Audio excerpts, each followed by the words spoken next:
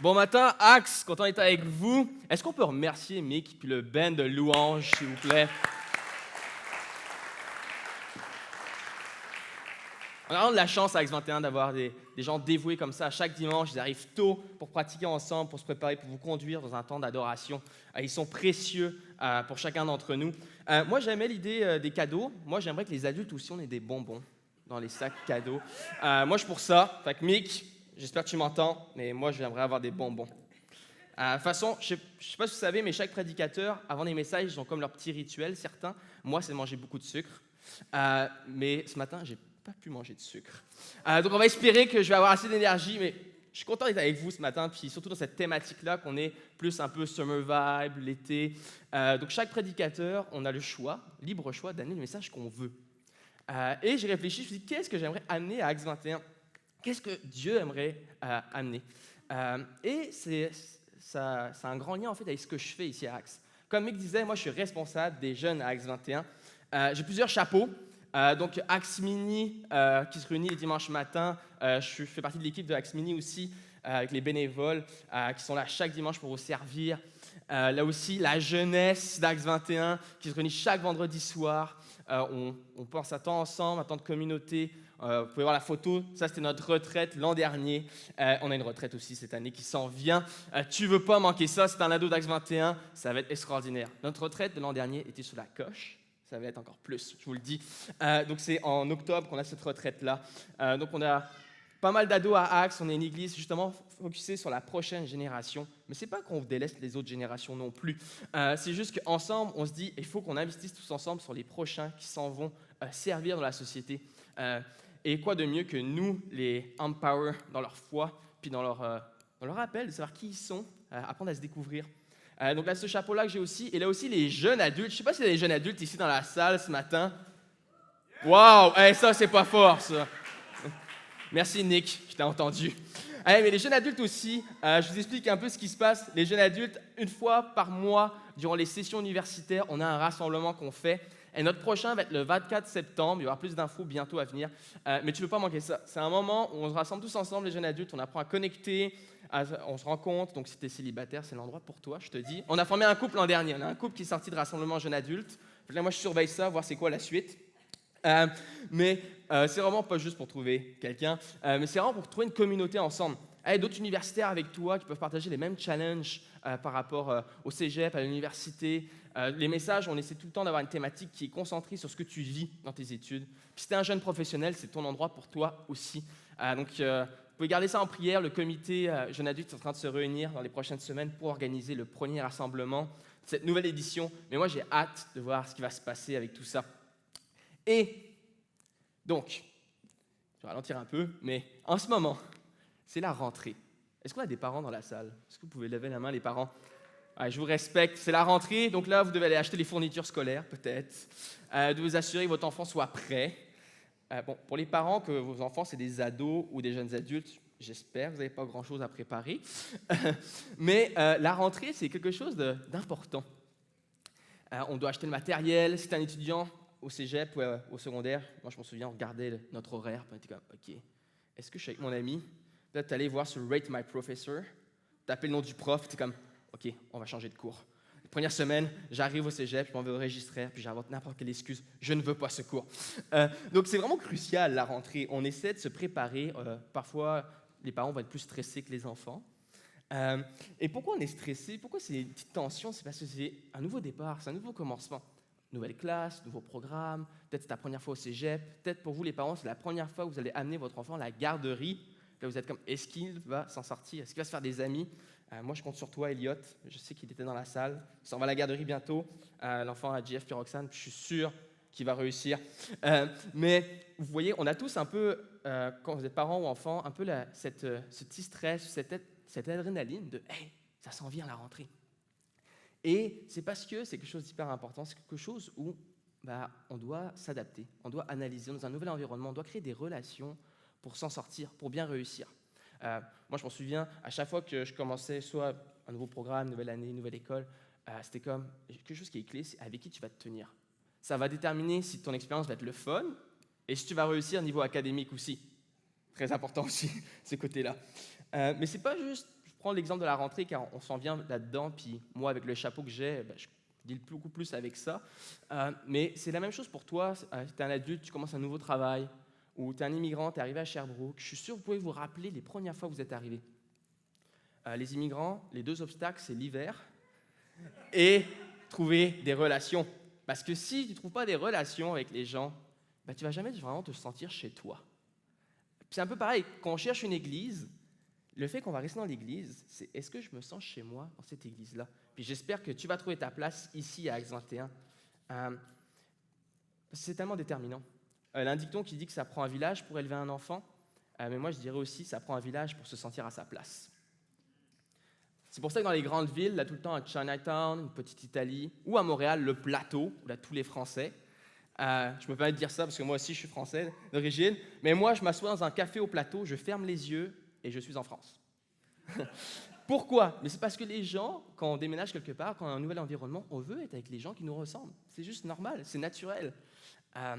Parce qu'on a besoin de se comprendre, on a besoin de s'encourager, de s'édifier. Il y a une citation que j'aime bien, d'un livre que je vous recommande de lire, qui s'appelle Tribe, de Sébastien Janger. Bref, Seb, on va l'appeler Seb.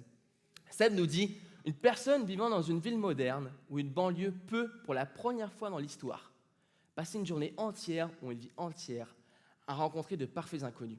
Elle peut être entourée d'autres personnes et pourtant se sentir profondément et dangereusement seule. » C'est la réalité de la modernité. Moi, je m'en vais me promener au lac des Nations, je marche, je ne vais pas saluer chacune des personnes que je croise. Peut-être vous êtes comme ça, je ne sais pas. Au début, tu sais, quand tu es enfant, tu apprends à dire bonjour à tout le monde. Chaque fois, tu dis salut. Puis petit à petit, les gens ne te répondent plus quand tu dis. Fait que tu comprends que tu ne dois pas saluer chacune des personnes que tu croises. Mais c'est un peu ça la modernité, c'est que c'est tellement rendu grand qu'on a plus ce désir de village. Puis au Québec, on sait c'est quoi le village, parce qu'on est une société qui a grandi dans cette atmosphère-là de village, où on veut ressentir connecté aux autres. Mais la modernité nous arrache ça. Et on peut être entouré, se sentir seul. Un bon exemple, c'est à Montréal. Tu peux prendre le métro, puis côtoyer des milliers de personnes sans jamais connaître le nom d'aucune de ces personnes. Quand tu es dans le trafic, à Sherbrooke, on a des petits travaux, tu vas connaître aucun autre des conducteurs qui sont en train de rager comme toi au volant parce que tu perds 10 minutes après la sortie scolaire. Et ça m'a fait penser que si on est si seul que ça, si la solitude c'est quelque chose de challengeant pour notre société, où on en est, nous, en ce moment? Et si tu prends des notes ce matin, ou même si tu n'en prends pas, j'aimerais que tu ouvres ton téléphone, car je sais que vous avez tous un téléphone, et que tu écris le nom de 5 personnes les plus proches dans ta vie. Maintenant, faites-le. De toute façon, je vous regarde, je peux voir si vous le faites. Moi aussi, je vais le faire. C'est quoi les 5 personnes dans ta vie qui sont les plus proches? Ça peut être un collègue de travail, ça peut être un membre de ta famille, un ami, un mentor, un voisin. Je vous encourage à noter, puis moi, je vais faire pareil que vous. Je vous laisse une minute pour noter.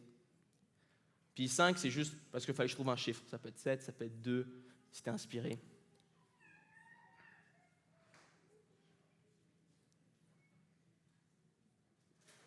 Puis pour ceux qui vont nous regarder en ligne, je compte sur vous pour faire l'exercice aussi.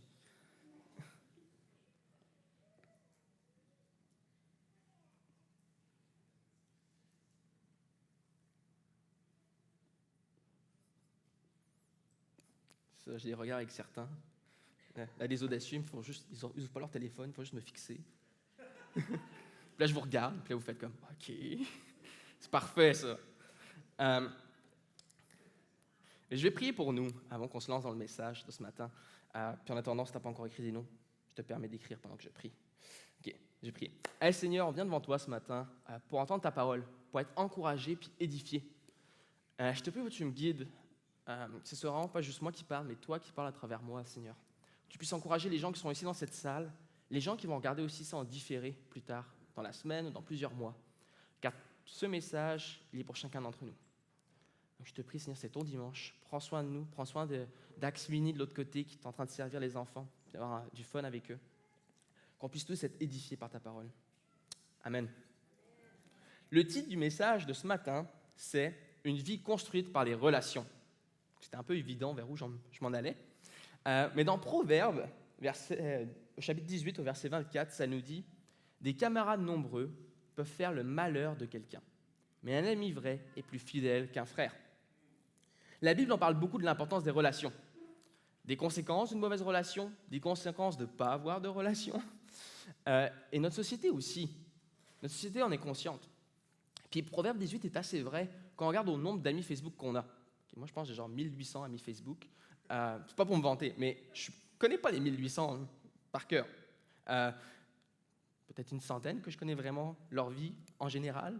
Mais je suis sûr que c'est pour vous, c'est pareil. On a plein de gens qui nous suivent aujourd'hui dans notre vie, mais est-ce qu'on est vraiment proche d'eux? C'est plus des camarades, puis même là, plus loin que des camarades, des observateurs de ma vie, de quand je mets une photo sur Instagram. Non mais pensez-y, j'écoutais il y a quelques semaines un prédicateur qui parlait de ça justement, des proximités dans les relations, puis il disait, c'est quand même fou, il y a 30 ans en arrière, jamais j'aurais appelé mon ami pour lui parler du gâteau que je viens de faire. Mais aujourd'hui, je vais prendre une photo Instagram, je vais la mettre, puis je vais attendre d'avoir les likes. Donc on voit vraiment qu'on a développé quelque chose de nouveau, quelque chose qui peut être bon comme mauvais. Les réseaux sociaux sont bons, mais ils peuvent nous piéger aussi. On peut se sentir entouré, mais pourtant seul. Dans un sondage réalisé pour l'Institut du Nouveau Monde, donc une firme de recherche au Québec, en juin 2021, auprès de 1000 personnes, il disait que 3 sur 5 au Québec ressentent le besoin de développer des nouvelles relations afin d'atténuer l'isolement dû à la pandémie. Je ne sais pas comment tu as vécu la pandémie COVID-19. Je ne sais pas comment tu vas vivre les prochains mois quand l'hiver va arriver, puis je ne veux pas être un péteur de ballon, là, mais ça se peut qu'il y ait à nouveau des restrictions, ça se peut qu'il y ait à nouveau un autre variant qui arrive. Est-ce que tu es prêt? Est-ce que tu as des relations, des gens proches de toi pour t'aider à affronter ça? Ou tu vas être à nouveau tout seul, peut-être dans les dernières années, puis en souffrir? 3 sur 5 des Québécois, eux, disent « j'ai besoin de nouvelles relations ». En 2016, donc avant le COVID, vous vous souvenez de ce temps-là? Le tiers des ménages québécois étaient composés de personnes seules. C'est 3 fois plus que dans les années 50. Puis au Québec, une personne sur 12 dit n'entretenir aucune relation d'amitié. C'était toi ce matin. Un aîné sur 5 n'a aucun ami proche. Puis moi, je tiens à dire, à Axe 21, on veut prendre soin de vous aussi, les aînés. On parlait des prochaines générations, c'est une priorité. Mais moi aussi, on a l'honneur comme valeur. Puis on veut aussi vous mettre en honneur, car c'est vous qui avez construit le Québec d'aujourd'hui. Et on a un service aussi à Axe 21. Tu pourras aller à l'accueil, demander des infos. Où on veut prendre soin de vous, que ce soit soin pastoral, que ce soit des rencontres. On ne veut pas que ce soit un de ces aînés-là qui dit qu'il n'a aucune relation. Parce que l'Église, on est là pour être en relation avec toi. Donc imagine aujourd'hui, après la pandémie, 1 sur 5 des aînés disent qu'ils n'ont pas d'amitié profonde, pas de relation. Ça n'a pas dû s'améliorer. Peut-être que toi aussi, tu te dis, j'ai besoin de plus de vraies relations. J'ai réalisé qu'avec la pandémie, mes amitiés étaient plus superficielles qu'autre chose. Parce qu'aujourd'hui, on a plus de facilité à s'ouvrir à des inconnus sur Internet qu'à notre voisin. Non, c'est vrai, à main levée, qui parle à ses voisins? Ah, quand même, nice. C'est genre 50-50, c'est bien. Mais confession, moi aussi, là, parfois, non, ça n'arrive pas. Je vais peut-être plus parler avec quelqu'un qui est genre à 3 heures de chez moi. Mais c'est vrai, on a plus de facilité à s'ouvrir à quelqu'un qui n'est pas proche de nous, dans notre proximité, qui n'a aucun mot à dire sur notre vie. Quand Dieu a créé Adam, le premier être humain, il a dit que ce n'était pas bon que l'homme soit seul. Là, il ne parlait pas juste du mariage, il parlait juste de la communauté aussi. L'humain, tout seul, c'est pas bon. Je te laisse tout seul pendant plusieurs semaines, tu vas avoir des problèmes, je te le garantis. Ton anxiété risque d'augmenter, tu vas peut-être croire à des mensonges, tu vas mal le vivre. On est un être social. Puis il n'y a pas juste la Bible qui le dit, la science aussi, les études sociales et l'histoire nous le prouvent. Encore le livre que je vous parlais, Tribe, il nous dit ceci, l'auteur. Nous avons un fort instinct d'appartenance à de petits groupes, définis par un objectif et une compréhension claire, les tribus. C'est qui ta tribu, toi? Est-ce que c'est Axe? Ce lien tribal a été largement perdu dans la société moderne. Mais le retrouver pourrait être la clé de notre survie psychologique. C'est vrai. C'est quoi notre lien avec les autres? Je ne sais pas vous, mais dernièrement, au Lac des Nations, pour la Saint-Jean, on a vu les cow-boys fringants.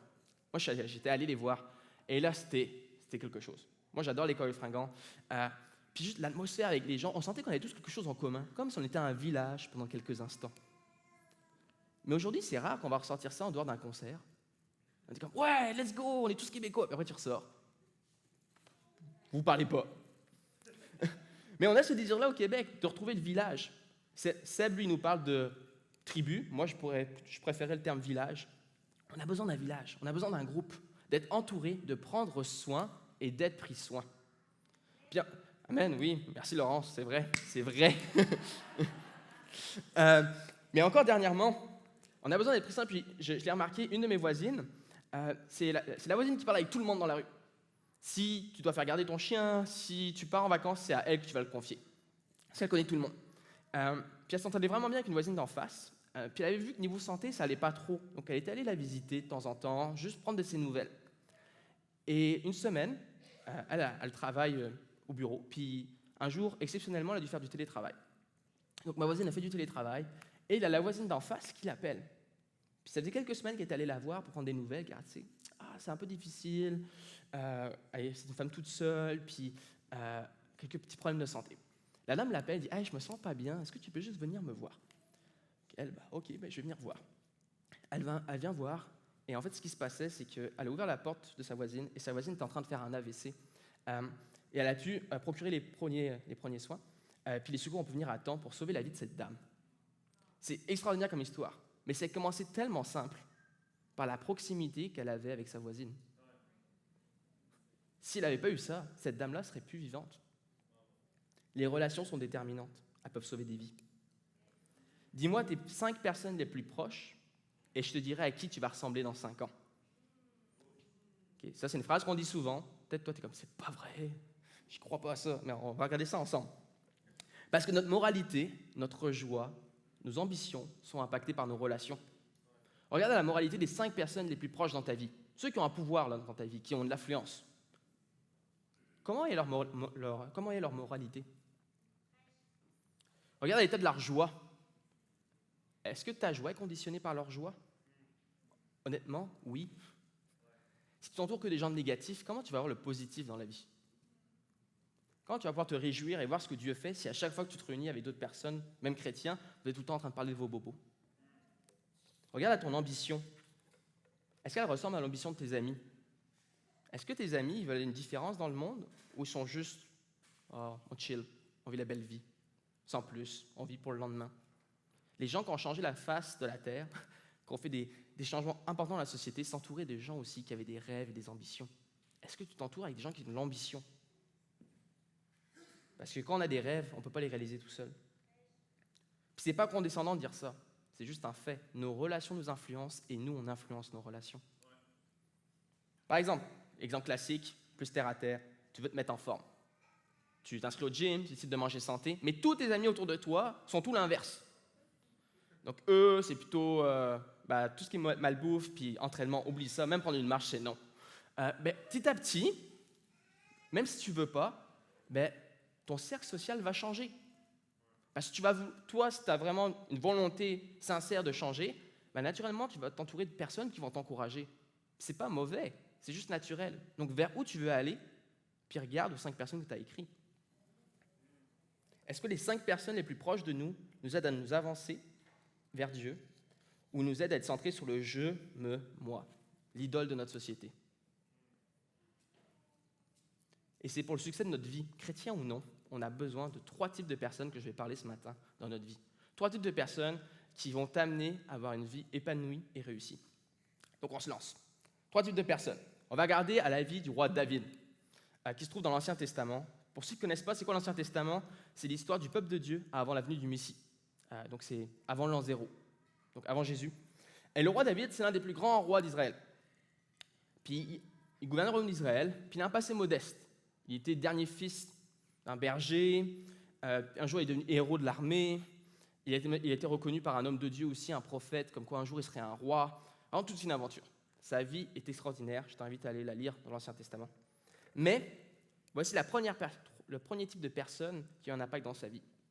Catégorie 1. On a tous besoin d'une personne qui nous rend meilleurs dans les choses qui comptent le plus. Puis il y a un proverbe dans la Bible qui dit ça, qui dit un peu « Tout comme le fer aiguise le fer, l'homme s'aiguise au contact de son prochain. » Est-ce que quand tu passes du temps avec ces 5 personnes, tu ressors plus aiguisé ou l'inverse? Parce que cette personne, pour le roi David, a été le prophète Samuel. Samuel, un prophète, un homme de Dieu, s'est investi dans la vie de David. Mise en contexte. David, fils d'un berger, s'occupe de brebis. Dernier fils, pas fort physiquement, contrairement à ses frères. Et Samuel, il avait la tâche de trouver le futur roi. À l'époque, c'était le roi Saül. Puis le roi Saül, il s'était détourné de Dieu.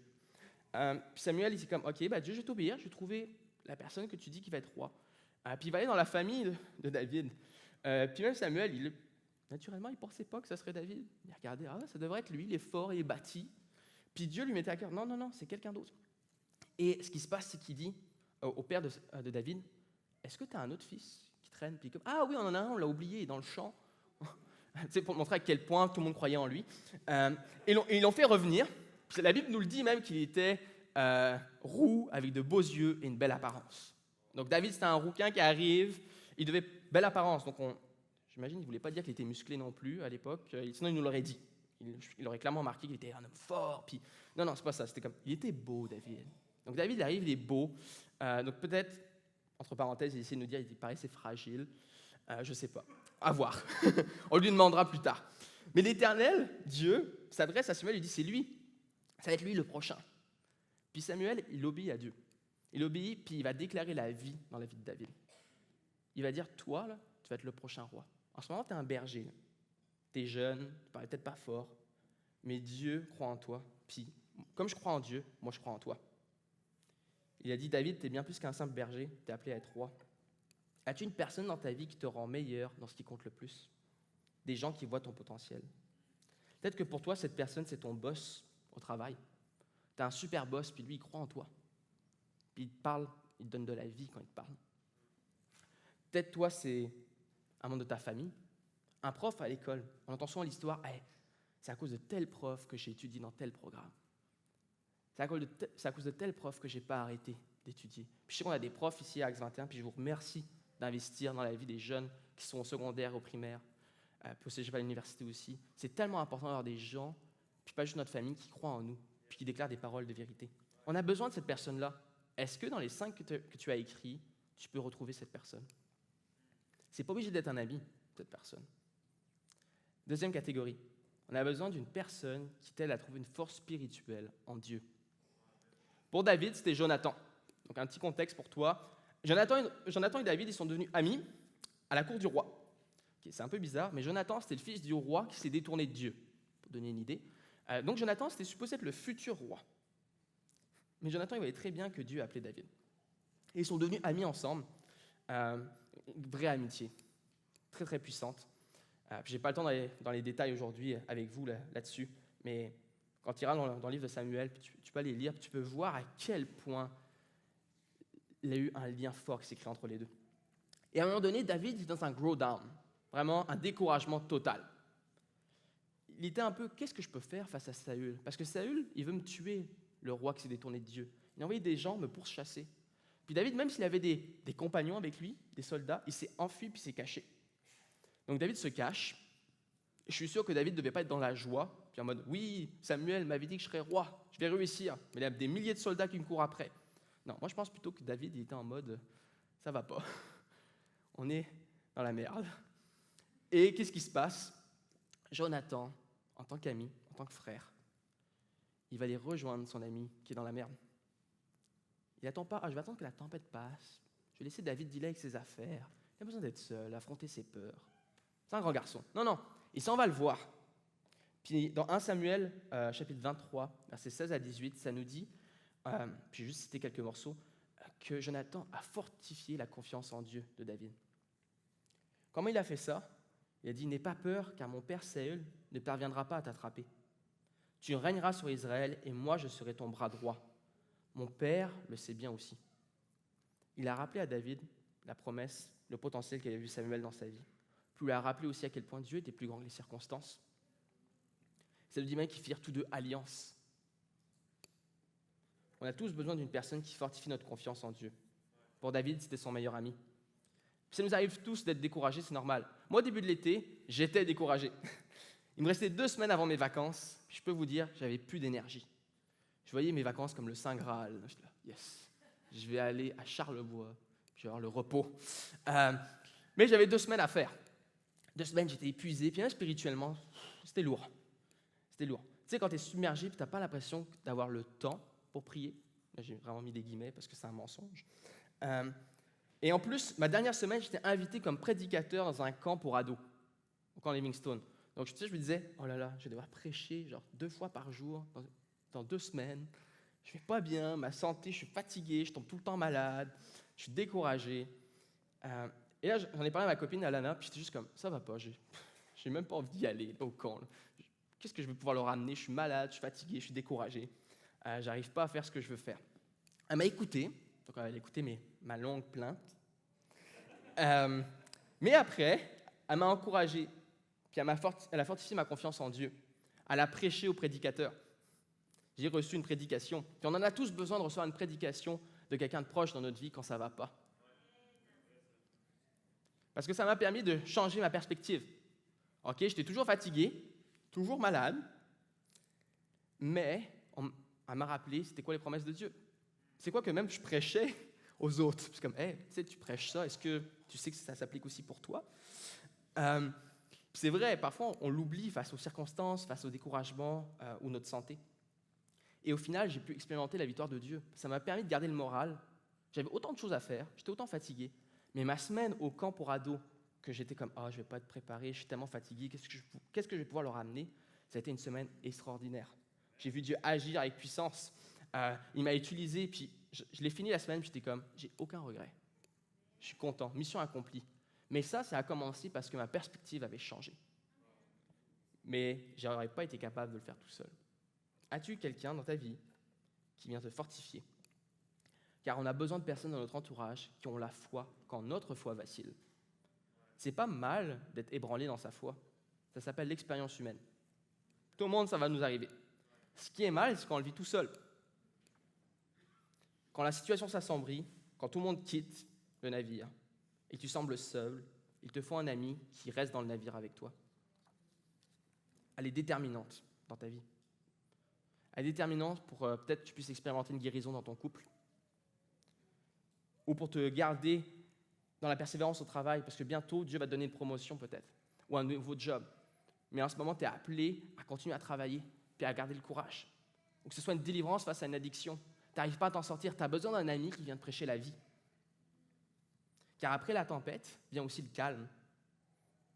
Puis souvent, on l'oublie quand on est dans la tempête. On a besoin d'un ami qui nous rappelle, la tempête, c'est que temporaire. On a aussi besoin d'une personne qui nous dit la vérité.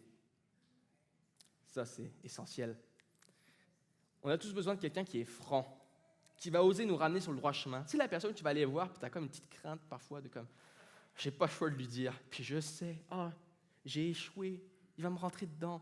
Je sais qu'il m'aime, mais je sais que je ne peux pas m'en sortir, je ne peux pas bullshiter. Comme moi, c'est Jasmin, je ne peux pas bullshiter à Jas, il va être capable de cerner ce que je vais essayer de cacher. Puis c'est important d'avoir quelqu'un comme ça. Puis David, il avait Nathan. Puis Nathan, c'était un conseiller du roi David, donc un peu comme un collègue de travail, on pourrait dire, mais mis en haute estime, vraiment que David respectait. Puis je te donne un peu le contexte. On est plus tard dans la vie de David, il est roi. Et David, tu peux voir ça dans 2 Samuel 12, ce qui se passe, c'est qu'il ne s'en va pas à la guerre. D'habitude, le roi, parfois, il va à la guerre avec son armée. Non, David, il reste à Jérusalem, sur son balcon. Et là, ce qui se passe, c'est qu'en fait, il va commettre l'adultère. Il va commettre l'adultère et il va même tuer le mari de la femme avec qui il a commis l'adultère. Et il va la marier. Tout le monde ici peut dire « Waouh, bravo David, t'étais dans le champ, comment tu fais pour faire ça ?» Mais David était tellement aveuglé par son péché, par son erreur, qu'il ne remarquait même pas l'erreur qu'il avait faite, la chose grave qui s'était passée. Il a quand même tué le mari d'une autre femme pour la marier. David était à côté de la traque solide, et pourtant son cœur était aveuglé par sa bêtise. Il avait besoin de Nathan. Nathan est venu, puis il lui a conté une histoire, puis je ne vais pas vous la lire ce matin, cette histoire-là, mais tu peux la trouver dans 2 Samuel 12, où il met David dans un autre contexte, puis David il écoute l'histoire, et David il réagit avec beaucoup de force, en mode « Ah, c'est tellement injuste ce que tu racontes, Nathan. C'est vrai, tu as raison, cette personne dans l'histoire devrait être condamnée. Quelle personne ingrate. » Et Nathan lui dit, dans l'histoire, cette personne, David, tu vois, c'est toi. Donc David, il a reçu comme une grosse gifle de la part de Nathan, mais ça lui a ouvert les yeux. Peut-être toi, ce matin, tu es dans l'erreur. C'est peut-être pas l'adultère, c'est peut-être quelque chose que tu peux considérer peut-être comme moins grave, ou même quelque chose peut-être de plus grave que tu es dedans. Et tu as besoin de quelqu'un qui vient t'ouvrir les yeux. Nathan est venu le faire avec respect, par contre. pas venu en mode démissionne, sois plus roi, va-t'en, on veut plus te voir. Non, il est allé voir David en tant que conseiller, en tant que collègue, puis il lui a juste déclaré la vérité. Car David se dirigeait vers la mort. Nathan lui a ouvert les yeux, il lui a offert le chemin de la repentance. La majorité ici, on va tuer personne. Okay? Statistiquement, on est correct. La majorité, on ne va pas commettre d'adultère non plus. Mais avons-nous quelqu'un qui ose nous reprendre pour notre bien quand on choisit le chemin de la destruction? Et le chemin de la destruction, il est plus subtil que ça. Ça peut être juste quand tu parles mal à quelqu'un. Est-ce que tu as des amis ou des gens autour de toi qui peuvent te rappeler à l'ordre? Moi, j'ai la chance, j'ai des gens dans ma vie qu'on a une confiance, que je sais qu'ils peuvent me déclarer des choses et je ne vais pas remettre en question la relation ou ma valeur. Okay? J'ai mon ami Ézéchiel, en ce moment, il sert à Axmini. Puis il y a quelques semaines, j'étais sur les nerfs, puis toute la journée, je parlais mal. J'étais sec. Là. Puis Zach, il fait juste m'écrire, il fait « Hey, Co, juste te dire, t'étais sec tantôt. » Je suis comme « Oh. » Okay, donc je m'excuse à Zach, puis il dit « Non, mais je le dis pas juste pour moi, mais je le dis pour les autres personnes avec qui tu vas travailler aujourd'hui. » Parce que, il dit « Moi, je te connais, peut-être je ne le prends pas autant personnel, mais quelqu'un qui ne te connaît pas, ça pourrait le blesser. » Est-ce que tu as quelqu'un qui va te sauver de mini-destructions qui, au final, vont être une grosse destruction? On a besoin de quelqu'un qui nous prévienne de nos aveuglements et de nos angles morts. Puis, je te donne même un devoir cette semaine. Je t'encourage à lire le psaume 51. Le psaume 51, c'est le psaume que David a écrit quand il a réalisé à quel point il était dans l'erreur. Tu veux voir un cœur de repentance, va lire ce psaume. Mais ce cœur de repentance-là, il a commencé parce qu'un ami lui a dit la vérité. Une relation qu'il avait lui a donné la vérité. Puis je souhaite pour chacun d'entre nous qu'on ait un conseiller, un collègue, un ami qui ose dire la vérité, dans l'amour et la sincérité. Puis j'espère même que ces 3 catégories que je vous ai dit, ce soient des amis en fait. Pas juste des collègues, des conseillers, mais des amis. Mais l'amitié, c'est quoi? Alors, dans la traduction FB, Proverbe 17, ça nous dit « Un ami est une personne que vous connaissez ou non, qui accepte votre demande de contact sur Facebook. Cette personne est née pour aimer et commenter vos publications afin de vous faire sentir bien dans votre peau. » Voilà, ça c'est la nouvelle traduction, la Bible selon Facebook. Mais le problème, c'est que c'est vrai, c'est que dans notre société moderne, on est détourné de la vraie compréhension de c'est quoi l'amitié. Donc dans le vrai Proverbe 17, ça nous dit ceci. L'ami aime en toutes circonstances et dans le malheur, il se montre un frère. Je préfère cette version-là. Car l'amitié, ce n'est pas quelque chose qu'on consomme. C'est un pacte qu'on fait, comme Jonathan avec David, une alliance. Parce que l'amitié, elle est puissante. Puis cet été, je lisais un livre par une scientifique qui s'appelle Lydia Danworth. Puis son livre, c'est Friendship, the Evolution, Biology and Extraordinary Power of Life. Okay. C'est long comme titre, puis vous avez mon accent en plus en anglais, donc ça ne vous aidera pas à le noter. Mais je vais juste vous lire un extrait. Elle parle de l'importance des relations. Elle a parlé des relations familiales, mais aussi amitié. Je vais juste vous lire ce qu'elle nous dit. Les relations familiales et amoureuses ont un pouvoir énorme sur nous et se répercutent dans nos vies, en bien comme en mal. Lorsque ces liens sont heureux, ils nous apportent beaucoup de joie et d'épanouissement. Lorsqu'ils sont malheureux, ils nous rendent malheureux, voire nous paralysent psychologiquement. Nous sentons toujours les empreintes de nos proches lorsqu'ils traversent notre vie. Je ne sais que trop bien à quel point les sautes d'humeur des membres de ma famille influencent ma propre humeur. C'est vrai. Et se répercutent indubitablement sur ma physiologie, provoquant parfois des pics d'adrénaline et un battement de mon pouls. L'amitié a le même pouvoir. Elle répond à un besoin élémentaire d'appartenance et déclenche le plaisir et la douleur physique pour nous faire prêter attention à ce besoin. C'est pourquoi je me souviens encore de la joie pure que j'ai éprouvée en conduisant une décapotable avec ma colocataire, donc c'est elle qui parle, c'est pas moi, de l'université en chantant « Take on me » à plein poumon. Parce que moi, ça ne serait pas un beau souvenir si je chantais « Take on me », je le garantis. D'un autre côté, ne pas être invité à une fête d'anniversaire à 10 ou 50 ans peut être ressenti comme une trahison à la hauteur de Brutus et Jules César. Non mais c'est vrai. Quand tu étais enfant, tu n'étais pas invité à une fête d'un ami. Ouf, c'était le drame. Je me souviens, quand j'étais étudiant, je travaillais dans un CPE, puis juste, le drame de la journée, c'était quand un ami disait à un autre ami qu'ils n'étaient plus amis. Ah là, c'était fini. C'était fini. Mais aujourd'hui, plus tard, adulte aussi, c'est un peu pareil, c'est juste sous une forme différente. Ça vient nous chercher. Et un bon exemple d'ami, selon moi, c'est vraiment Jonathan avec David, comme je vous parlais. Parce que David était isolé, était pourchassé, puis quand même, lui, il décide d'aller le rejoindre, puis d'être à ses côtés. Puis Puis il ne fait pas juste l'encourager, ils font un pacte. C'est-à-dire qu'il va être présent. Un vrai ami, c'est quelqu'un qui est présent. C'est pas juste quelqu'un qui vient dire des paroles, qui vient te donner une petite tape dans le dos. Là. Vas-y, continue. Non, un ami, il marche avec toi. Est-ce que dans les 5 personnes que tu as marquées, tu as quelqu'un comme ça dans ta vie? Parce que Dieu utilise le miracle de l'amitié pour changer des destinées. Puis un miracle a été l'amitié de Barnabas avec Paul. Okay? Pour ceux qui connaissent l'histoire, Paul, un des apôtres au Nouveau Testament, c'était un persécuteur des chrétiens. Et il a rencontré Dieu en route vers Damas. Il a été transformé par sa rencontre. Puis à Damas, même, il va être une bonne nouvelle pour la ville, parce qu'au final, il va prêcher l'évangile, il va prêcher la bonne nouvelle, comment Dieu l'a transformé. Mais après, ça nous dit qu'il s'en va à Jérusalem. Dans Acte 9, voici ce que ça nous dit, versets 26 à 28. Arrivé à Jérusalem, Saul, petite parenthèse pour ceux qui ne connaissent pas un peu la Bible, Paul, c'est son nom grec, Saul, c'est son nom hébreu. Donc, c'est ça. Donc, on va le nommer Paul. Paul essaya de se joindre aux disciples, mais tous avaient peur de lui, car ils n'y croyaient pas qu'il était un disciple. Rappel, il tuait les chrétiens avant, il les persécutait. C'est comme si tu avais ton groupe connexion, puis là on te disait hey, tu sais le gars dans Sherbrooke, là, qui vandalise toutes les voitures des chrétiens, qui a brûlé la maison d'un des pasteurs, qui insulte les chrétiens sur Facebook, il a décidé de s'inscrire à un groupe connexion, et on a choisi ton groupe connexion pour l'accueillir. C'est un peu ça qui se passe à Jérusalem. Donc personne n'est comme non, mais tu devrais prendre Paul, moi j'ai plus de place dans mon groupe.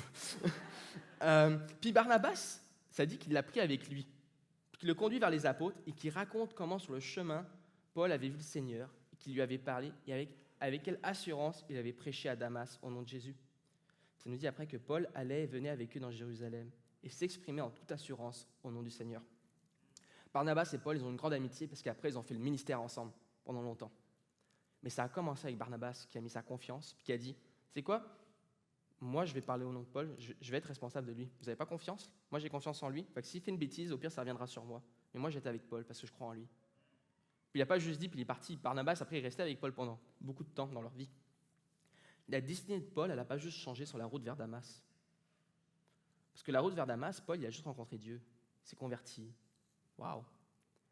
Mais un autre moment qui a changé sa destinée, c'est quand Barnabas est resté à côté de lui. Parce que si on n'avait pas eu Barnabas, peut-être on n'aurait pas eu la moitié du Nouveau Testament.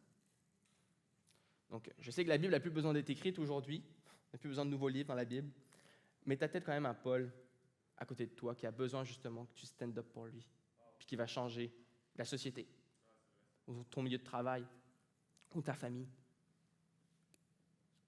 Mais ça a appris que Barnabas reste avec lui. Cette amitié a transformé les globes. Je vais appeler les musiciens à venir. L'amitié, ça commence comme suit. Okay? Puis je cherchais vraiment une définition qui pourrait parler aussi à nos cœurs et à nos expériences. Puis souvent, les prédicateurs, on tombe tout le temps sur le fameux C.S. Lewis. Puis j'ai pas échappé moi non plus. J'aime beaucoup ce que C.S. Lewis dit par rapport à l'être humain. Et voici ce que C.S. Lewis dit dans son livre « Les 4 amours ». Il parle de l'amitié. Voici ce qu'il dit sur l'amitié. Ça commence comme ça. L'amitié est née d'une simple camaraderie lorsque 2 ou plusieurs compagnons découvrent qu'ils ont en commun une idée, un intérêt ou même un goût que les autres ne partagent pas. Exemple, « Hey, toi aussi t'aimes ça !» Comme moi, « Hey, toi aussi t'aimes les Bruins de Boston !» Okay. C'est pas vrai, en fait, je les aime juste pour provoquer. Donc, il faut juste que je trouve quelqu'un qui aime provoquer, c'est tout. Mais jusqu'à ce moment, chacun croyait être son propre... Oui, je recommence, excusez-moi. Je fais du hors-texte, je me perds. Donc, ça dit qu'ils avaient un intérêt commun. C'est ça qui a créé l'amitié. Ça dit, jusqu'à ce moment, chacun croyait être son propre trésor ou son propre fardeau. Là, que moi qui aime ça, là, que moi qui est comme ça. Là, tu rencontres quelqu'un qui est comme, oh, on a un intérêt. L'expression typique, c'est justement, hey, toi aussi, je pensais que j'étais seul à aimer ça. C'est lorsque 2 personnes de ce genre se découvrent l'une et l'autre, lorsqu'avec d'immenses difficultés, des tâtonnements semi-articulés, ou avec ce qui nous semblerait étonnant, une grande vitesse, partagent une même vision puis une même vie. Il y a des amitiés là, que ça match, là, puis hyper rapidement, vous devenez comme des frères. C'est plus fort, on dirait que vous êtes attirés l'un à l'autre. Mais ça dit aussi qu'ils se tiennent ensemble dans une immense solitude. Puis j'aime cette phrase parce que la modernité, c'est l'ère de la solitude. Est-ce que tu vas affronter la solitude tout seul ou avec un village, avec un ami? Parce que l'amitié, elle naît des circonstances, mais aussi de l'intentionnalité. Ça demande du temps, de l'investissement puis de l'initiative. Chaque saison de ma vie a été façonnée par l'amitié. Tu as besoin d'un ami qui voit tes faiblesses, tes forces et ton potentiel, qui t'écoute, qui t'encourage, qui te challenge, qui prie pour toi et avec toi, qui est là quand personne n'est prêt à rester à tes côtés, qui est là quand ta foi faiblit et tu n'as même plus la force de prier. Puis lui, il ne fait pas juste dire « je vais prier pour toi », il va prier avec toi, même quand tu n'es plus capable de dire un mot. Il est authentique et présent. Il est prêt à être deuxième et non premier, le nous avant le je. Parce que l'amitié, ce n'est pas que de la joie, c'est un partage de souffrance. Puis il y a quelqu'un qui nous a montré c'est quoi, c'est Christ. On est ici parce que Christ nous a tendu la main. Il a initié une relation avec nous. Si tu es chrétien ici, c'est parce que tu as décidé d'avoir une relation avec Dieu. Puis voici ce que Jésus nous dit dans Jean 15, les versets 12 à 15. « Voici mon commandement. Aimez-vous les uns les autres comme je vous ai aimé. Il n'y a pas de plus grand amour que de donner votre vie pour vos amis. Vous êtes mes amis si vous faites ce que je vous commande. Je ne vous appelle plus serviteur. Parce que le serviteur ne sait pas ce que fait son Seigneur. Mais je vous ai appelé ami parce que je vous ai fait connaître tout ce que j'ai appris de mon Père. » Jésus s'est donné pour nous. Et il nous dit que la vraie amitié, c'est de se sacrifier pour quelqu'un. En fait, Christ nous a montré le chemin à prendre. Puis comme je disais, moi, toutes les stades de ma vie ont été façonnés par l'amitié. Mais mon plus grand stade a été façonné quand j'ai rencontré Dieu. Puis quand on est chrétien, je crois sincèrement qu'on peut dire qu'on est ami de Dieu. On fait partie de sa famille, on fait partie de son village, de son royaume. Est-ce que tu en fais partie ce matin? Parce qu'il s'est sacrifié pour nous avant même que tu le connaisses. Tu sais, ton ami qu'à chaque fois tu dois initier des rencontres avec parce qu'il ne te relance jamais, tu es comme, est-ce que je devrais continuer à investir dans cette amitié? Ben, dis-toi que Dieu, c'est pareil avec l'humanité depuis des milliers d'années. Puis il a quand même décidé de venir mourir pour nous. Puis de prendre la victoire, puis de nous la faire partager. Christ s'est sacrifié pour toi et moi. Et grâce à son sacrifice, il nous permet de prendre le fardeau de l'amitié et d'être l'ami qui construit et non celui qui détruit. D'être celui qui va initier comme Christ a initié avec nous. Notre amitié doit être basée sur l'amour. Puis j'en parle aux chrétiens ici dans la salle ce matin. Si tu te dis, non, moi je suis chrétien, est-ce que tu pries pour les 5 personnes que tu as marquées? Est-ce que tu pries pour tes relations? Parce que honnêtement, humainement parlant, au d'un moment il va y avoir de l'hommerie. Au d'un moment tu vas être déçu. Au d'un moment tu vas te décevoir. Mais est-ce que tu es prêt à marcher comme Christ? Christ, à la veille avant de mourir, dans le jardin de Gethsémane, il était avec ses disciples. Puis qu'est-ce qu'il leur demande? Il y a les 3 plus proches de lui. Il leur demande de prier avec lui. Et ils s'endorment. Et Jésus, dans une prière tellement horrible, il voit ce qui s'en vient pour lui. Il voit la croix, il voit la souffrance. Il demande même, Père, si tu peux éloigner cette coupe, éloigne-la. Mais je vais la prendre quand même, car je vais t'obéir. Et pendant que Jésus vit ça, les 3 disciples dorment. Les 3 disciples disaient, hey, moi je vais aller jusqu'au bout de la terre avec toi, Jésus. Puis Jésus se fait trahir la même soirée. Il se fait trahir, et qu'est-ce que font les disciples? Ok, ils réagissent un peu, mais dans 24 heures, ils ont tous déguerpi. Il y en a même un qui l'a renié à plusieurs reprises. Pierre qui était là, non, moi je vais être avec toi. Moi j'ai foi en toi. Il le renie. Nos amitiés, c'est pareil. Parfois, on est déçus. Mais ce qui fait que le fardeau de l'amitié est léger, de nos relations est léger, c'est quand on regarde à Christ. Parce que Christ, il n'est pas resté dans la colère ou dans l'amertume. Bien au contraire, quand il a la victoire, quand il a ressuscité, qu'est-ce qu'il est venu faire? Il est venu revoir ses disciples, puis leur donner la puissance, puis la victoire. Il est allé voir Pierre, puis il a montré son pardon. Puis, je ne connais pas le background de tout le monde ici dans la salle, mais on a clairement parmi vous, vous devez accepter le pardon de Christ pour vous. Sa main tendue, son intentionnalité pour toi. Puis on va être dans un temps de louange, et c'est le bon moment justement dans ce temps-là pour t'abandonner à lui. Peut-être que tu n'as jamais mis ta confiance en Dieu, tu as écouté mon message, tu es comme « Ah, c'est des bonnes morales que tu me dis, Corentin, c'est là je devrais mieux gérer mes relations. » Mais je te le dis honnêtement, tu n'y arriveras pas sans l'amour du Père, sans l'amour de Christ. Parce que celui, notre exemple, c'est lui qui rend le fardeau léger de l'amitié. C'est lui qui fait que je vais m'investir dans les gens, même quand parfois humainement, je n'ai même plus le courage. Parce que Samuel, il ne voyait pas le potentiel en David au début. C'est Dieu qui lui a dit, David a un potentiel. Est-ce que tu es connecté au Père pour voir le potentiel des autres dans ta vie? Je pense que c'est quelque chose qu'on doit aspirer, Axe. qu'on doit aspirer à être dans la présence de notre Dieu pour voir le potentiel des autres, pour déclarer la vie dans notre entourage, puis pas juste pour les gens à Acts 21. Une église qui vit pour sa ville, c'est une église que partout où tu vas être, à ton travail, à ta famille, quand tu vas faire l'épicerie, tu vas regarder comment je peux incarner Christ, justement, comment je peux entrer en relation avec ces gens-là, puis leur montrer l'amour de Dieu pour moi et pour eux. Et ça peut devenir du moralisme si tu ne dépends pas du Père. Donc, c'est la rentrée scolaire, je disais. Est-ce que tu es prêt pour ton automne? Pour ce retour de vacances pour toi? Pour ce déménagement, peut-être tu viens d'arriver dans Sherbrooke? Pour ce nouveau poste, cette nouvelle étude? Cette année, avec qui tu vas t'entourer? Dans tes 5 personnes les plus proches que tu as écrites tantôt, j'aimerais que tu reprennes ton téléphone.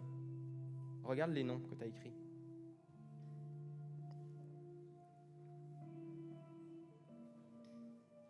Est-ce que tu as une personne qui te rend meilleur dans les choses qui comptent le plus?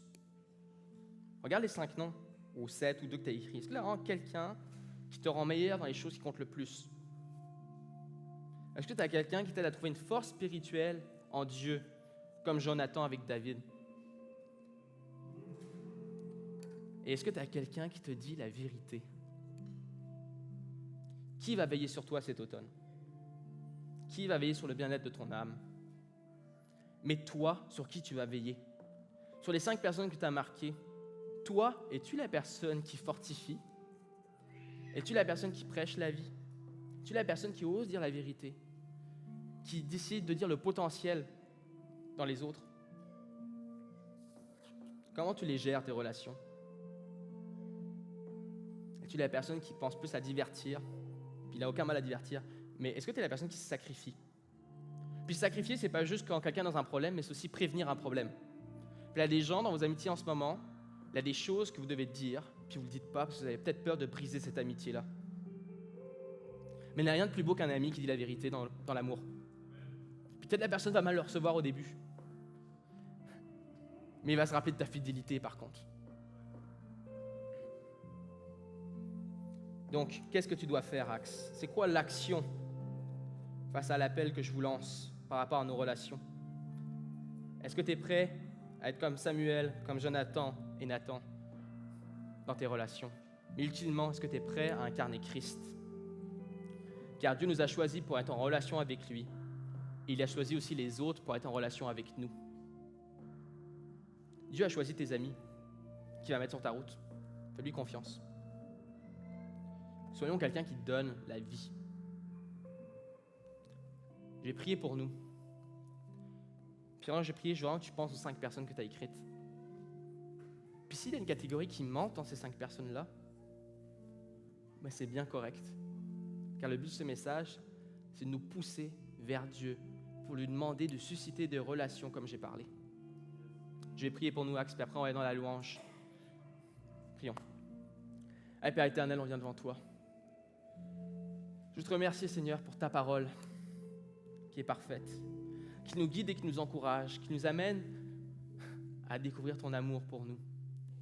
Seigneur, je vais te prier pour qu'on puisse incarner ton amour envers les autres. Aide-nous à cerner notre entourage. Est-ce que je suis là pour mon prochain?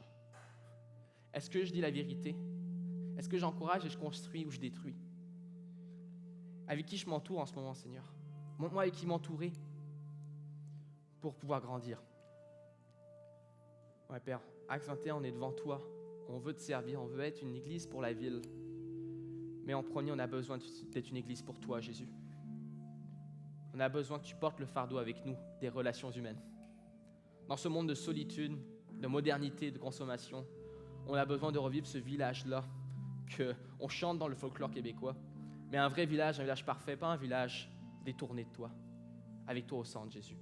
Donc qu'on puisse te remettre au centre dans la louange, Seigneur, mais aussi dans cette semaine, dans les actions qu'on va devoir mettre en place pour cet automne. On prie dans le nom de Jésus. Amen. Merci, Axe. On peut aller en adoration avec notre Dieu ce matin. Et dans l'adoration, pensez-y aux 5 personnes. Prie pour eux. Prie pour eux. Parce que l'amitié, c'est tellement beau. Prie pour tes collègues, prie pour ton boss durant la louange. C'est un premier chant, il va être plus calme. C'est un bon moment pour prier, pour déclarer la vie sur des personnes qui t'entourent. Je vous remercie, Axe, puis on se revoit bientôt.